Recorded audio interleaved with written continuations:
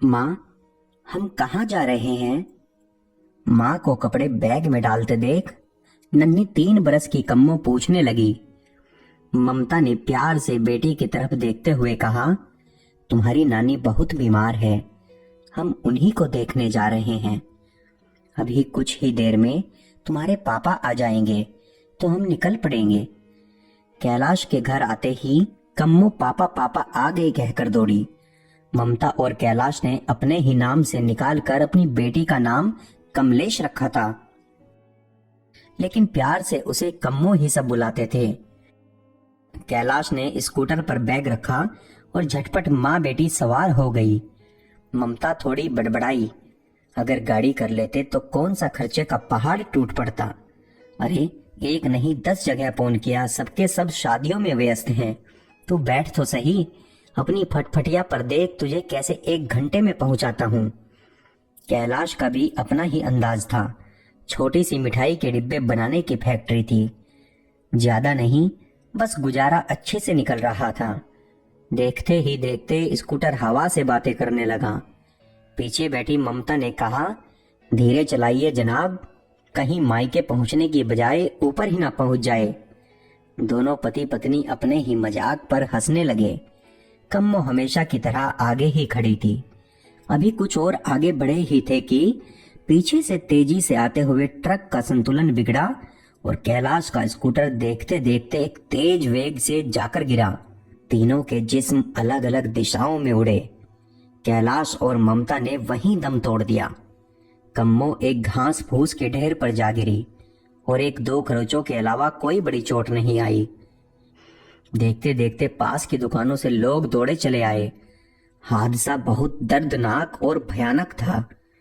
पल में एक हंसता खेलता परिवार उजड़ गया था। खबर पाकर पुलिस आई। कम्मो के नाना और मामा दौड़े आए। बेटी और दामाद के मृत शरीर को देखकर पिता की छाती फटने को आई। पिता के गांव में ही दोनों का रीति पूर्वक दाह संस्कार किया।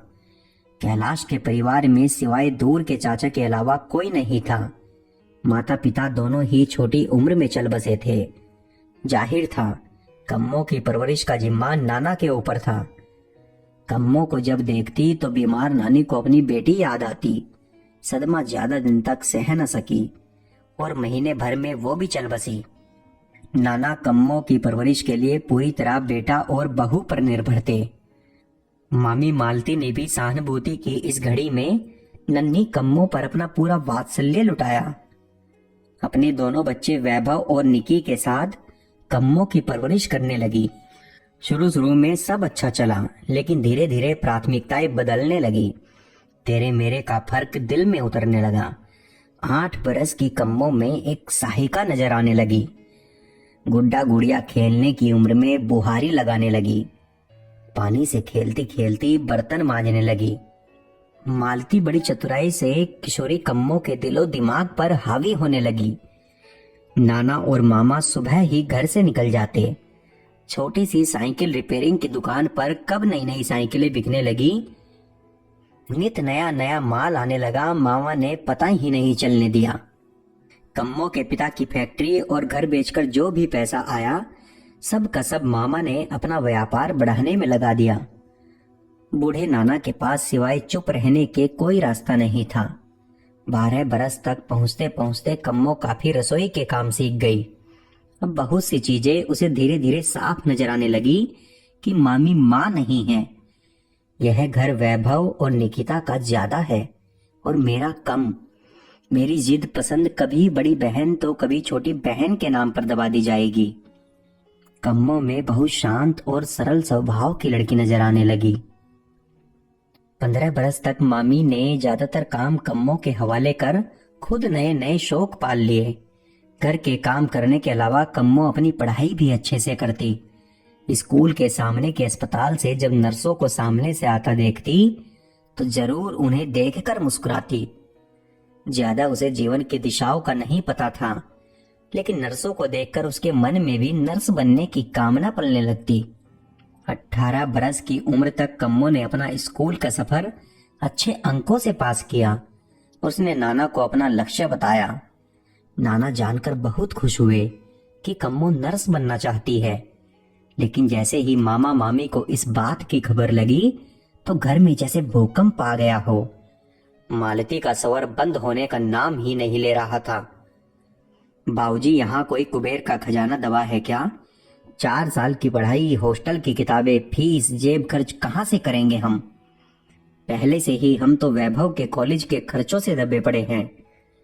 कम्मो 2 साल और अच्छे से घर का काम सीख ले, फिर जाए अपने ससुराल, वहीं जाकर करे अपने मन की।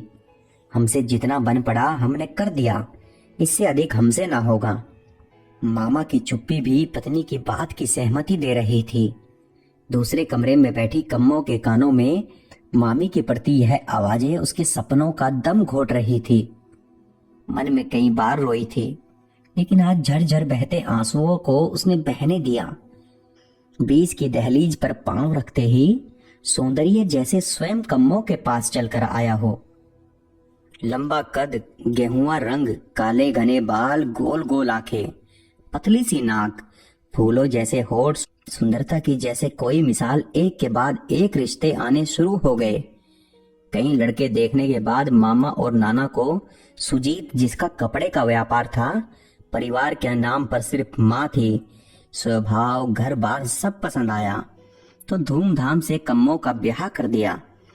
20 बरस की कम्मो किसी की अर्धांगिनी बन घर आंगन में प्यार के फूल खिलाने चली आई। गुणों की खान कम्मो ने आते ही घर का सारा काम संभाल लिया, सास को रानी बना दिया और पति को परमेश्वर का दर्जा दे दिया। बाहर की दुनिया से ज्यादा वास्ता नहीं रखती थी, उसका घर ही उसकी दुनिया था। समय एक सा नहीं रहता। साल भर बाद सुजीत को व्यापार में घाटा हुआ, लाखों का कर्जा सिर पर आन पड़ा था।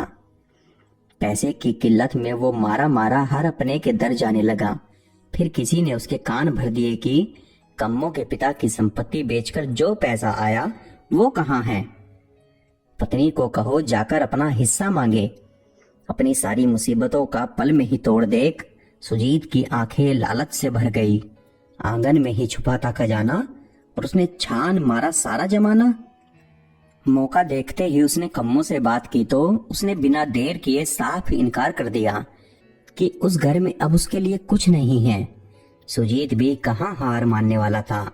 उसने एक नहीं 2-3 बार उसे मायके भेजा और हर बार वो बिना बात किए बस सबसे मिलकर आ गई। वो जानती थी उस घर में बार बार जाना पानी में लाठी मारने के बराबर है। पत्नी का सहयोग न मिलता देख माँ ने सलाह दी, इसे कहीं बाहर घुमाने ले जा, खिला पिला, कुछ खरीदारी करा, शायद अकेले में तेरा दर्द समझ जाए। सुजीत को सुझाव अच्छा लगा। वो 2 दिन के लिए कम्मो को शहर घुमाने ले गया। फूल उगाने की जमीन तैयार करने की कोशिश करने लगा। कम्मो पूरा दिन बहुत खुश रही। बरसों बाद उसे ऐसी खुशी मिली थी। घर लौटते हुए वापसी में वो कुछ खाने के मकसद से हाईवे पर बने एक ढाबे पर रुके। वहां सुजीत ने कम्मो को बड़े प्यार से समझाया कि वो बहुत मुसीबत में है और वो जाकर अड़िग होकर अपना हिस्सा मांगे। पति के मुंह से फिर से वही बात सुनकर कम्मो ने एकटक जवाब दे दिया, एक नहीं 1000 बार भी कहोगे मेरा जवाब ना ही है। सुजीत सुनकर झल्ला उठा। पागलों की तरह इधर उधर घूमते हुए बड़बड़ाने लगा, इसे मेरी अहमियत का एहसास नहीं है, पता चल जाएगा इसे अगर छोड़कर चला जाऊं। ऐसा विचार मन में आते ही एक विकृत सा विचार मन में कौंध गया, क्यों ना थोड़ी देर के लिए इसे अकेला छोड़कर जाऊं, क्या पता इसकी अकल ठिकाने आ जाए। यह सोचते ही वो एक योजना लेकर चारपाई पर बैठी कम्मो के पास आया और बोला कि यहाँ से 15 मिनट की दूरी पर उसका एक दोस्त रहता है, वो उसे कुछ पैसे देने के लिए तैयार है। वो खाना ऑर्डर करे, वो 1 घंटे में वापिस आ जाएगा। कम्मो ने जिद की कि उसे भी साथ ले जाए, लेकिन वो अभी आता हूँ कहकर जल्दी से गाड़ी लेकर निकल गया। आधे पौने घंटे तक गाड़ी चलाने के बाद उसे बाजार की कुछ रौनक नजर आई तो उसी तरफ निकल गया। सामने छोले भटूरे का ठेला देखकर उसकी भूख मचल उठी। थोड़ा वक्त भी बिताना था तो 1 प्लेट का ऑर्डर दे दिया। तभी उसके कंधे पर पीछे किसी ने हाथ रखा तो देखा पुराना दोस्त खड़ा था। उसने आग्रह किया कि पैक करवा कर ले चलते हैं। पीछे ही उसका छोटा सा घर है, अकेला रहता है, वहीं बैठ कर खाते हैं। सुजीत के दिमाग में अकेली बैठी पत्नी घूम रही थी। आधे घंटे में ही वो लौट जाएगा, यह सोचकर वो चल दिया दोस्त के घर। अभी गाड़ी में बैठा ही था कि माँ का फोन आया कि कब आ रहे हो।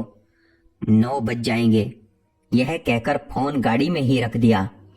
सालों बाद मिले यार की आव भगत में दोस्त ने शराब की बोतल भी खोल दी। सुजीत ना करने के बावजूद भी पीता गया। पेट में खाना, नशे में चूर, थका हुआ जिस्म कुछ ही देर में लुढ़क गया और देखते देखते गहरी नींद में सो गया। पति को निकले 1 घंटे से ज्यादा समय हो चुका था। कम्मो उसी राह में टकटकी लगाए बैठी थी। ढाबे वाला बाबा भी सब देख रहा था। जब 2 घंटे तक पति नहीं आया तो बाबा ने आकर कम्मो से सारी बात पूछी। उसने बताया कि घंटे भर में लौट आऊंगा कहकर गए थे ना, जाने कहाँ रह गए। बाबा ने कहा तो बेटी फोन कर लो। कम्मो, मेरे पास फोन नहीं है बाबा। बाबा, नंबर याद है? कम्मो, हाँ याद है।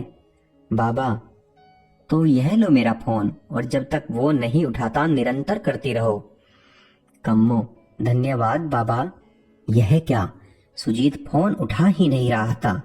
अब डर के साथ पति की खैरियत की चिंता भी सताने लगी। देखते देखते अंधेरा बढ़ने लगा। कुछ और न सूझा तो अपनी सासू माँ को फोन मिलाया तो उसने बताया कि उसकी बात हुई है और वो सही सलामत है और जल्दी लौट आएगा, चिंता मत करो। पति सही है यह जानकर मन को राहत मिली। फिर यह सब उसने क्यों किया? कहीं उसे सताने के इरादे से तो नहीं? यह ख्याल आते ही कम्मो का दिल बैठ गया। पति की इस घिनौनी हरकत से उसकी आत्मा दर्द और पीड़ा से भर गई। जिसे उसने हृदय से प्रेम किया, उसने चंद रुपयों के लिए उसे यह सजा सुनाई। अब तक रात के 9 बज चुके थे। बाबा भी ढाबा बंद करने की तैयारी में था। ना जाने कितने लोगों की अच्छी बुरी नजर कम्मो पर पड़ी। तभी आखिरी गाड़ी वहां आई। पति पत्नी दोनों डॉक्टर थे। उन्हें भी कम्मो की बाबा से सारी कहानी पता चली। निकलने से पहले उन्होंने कम्मो को कहा वो चाहे तो उनके साथ चल सकती है, सुबह वो उसे उसके गांव छोड़ देंगे। बाबा ने कम्मो को कहा बेटी तुम सोच लो अच्छे से, वरना मेरे साथ मेरे घर चलो। घर में मेरी पत्नी है, तुम्हें कोई दिक्कत नहीं होगी। कम्मो उठकर गाड़ी तक पहुंची तो सन्न रह गई। खुले शीशों से साफ आवाज आ रही थी। लगता है कोई अनपढ़ गवार है। पति बीच राह में ही छोड़ गया है। हम अपने ही घर रख लेंगे, नौकरानी तो हम भी कब से ढूंढ रहे हैं। डॉक्टर की पत्नी की इस आवाज से कम्मो दौड़कर बाबा के पास आई और कहने लगी बाबा मैं तुम्हारे संग चलूंगी। आधी रात तक बाबा की पत्नी से बातें करती रही। उसे सारे अपने जीवन की कहानी सुनाई। फिर अकेली बैठी सोचती रही। पति ने अंधेरे में छोड़कर हजारों उसके भीतर चेतना के दिए जला दिए थे। कम्मो पहली बार खुद से मिली थी। अपने बहते आंसुओं के पीछे छिपी अपनी उस शक्ति को भी पकड़ने लगी जो कहीं परिस्थितियों के वशीभूत, कहीं गहरे में दब गई थी। उसने उस रात अपने अस्तित्व और नारीत्व दोनों का मान बचाने की अपने भीतर प्रतिज्ञा ली। वो कम्मो जो दूसरों में अपना सहारा ढूंढती रही, आज वो अपना सहारा खुद बनने को तैयार थी। उधर आधी रात को पति की नींद खुली तो पहला ख्याल उसे कम्मो का आया। डर और चिंता में उसका शरीर कांपने लगा। पश्चाताप और आत्मग्लानि से उसके आंसू बहने लगे। अपनी नीचता पर उसे स्वयं पर धिक्कार आने लगा। गाड़ी में बैठते ही उस नंबर पर फोन करने लगा जिस पर पत्नी ने कई बार फोन किया था। तेज स्पीड से आधे घंटे में ढाबे के बाहर खड़ा था। सुबह के 5 बजे जब बाबा और कम्मो निकलने के लिए तैयार हुए तो अम्मा ने पूछा कि क्या सोचा बेटी, कहाँ जाओगी, नाना के घर या पति के घर? मैं अपने घर, अपने पति के पास जाऊंगी। एक स्त्री के लिए उसके पति के घर से बढ़कर कोई सुरक्षित घर नहीं, यह मैंने एक रात में जान लिया। अंधेरे में छोड़कर उसने मुझे बहुत उजाला दिखाया। अब उसे रोशनी में लाना मेरी जिम्मेदारी है। एक आत्मविश्वास से भरी कम्मो यह कहकर अम्मा से गले मिलकर चल दी। अम्मा ने आशीर्वाद देते हुए कहा, हमेशा खुश रहो बेटी। ढाबे पर पति की गाड़ी देखकर वो बाबा को धन्यवाद देकर गाड़ी की पिछली सीट पर बैठ गई। हफ्ते भर तक सुजीत पागलों की तरह बीवी की माफी के लिए उसके आसपास घूमता रहा और आखिर एक रात को रो पड़ा। आत्मा पर पड़ा बोझ उसे खाए जा रहा था। कम्मो ने आखिर एक शर्त पर पति को माफ करने की बात कही कि वो पढ़ना चाहती है, नर्स बनकर अपने पैरों पर खड़ा होना चाहती है। सुजीत पत्नी की खुशी के लिए सब कुछ करने के लिए तैयार था। कम्मो को नर्सिंग में दाखिला ही नहीं बल्कि बैंक से शिक्षा ग्रहण करने के लिए लोन भी मिला। कम्मो ने जैसे ही अपनी नर्स की डिग्री ली, तुरंत उसे एक अच्छे अस्पताल में नौकरी मिल गई। और फिर एक सुबह ऑपरेशन थिएटर में चेहरे से मास्क हटाते ही सामने खड़े डॉक्टर ने कहा, मैंने तुम्हें कहीं देखा है। मैं वही ढाबे वाली लड़की हूं सर, जिसे आप अपने घर की नौकरानी बनाना चाहते थे। मुझे स्वावलंबी बनाने में काफी हद तक आपकी पत्नी का भी योगदान रहा है। डॉक्टर हैरानी से कम्मो की ओर देख रहा था और कम्मो वहां से मुस्कुरा कर निकल गई।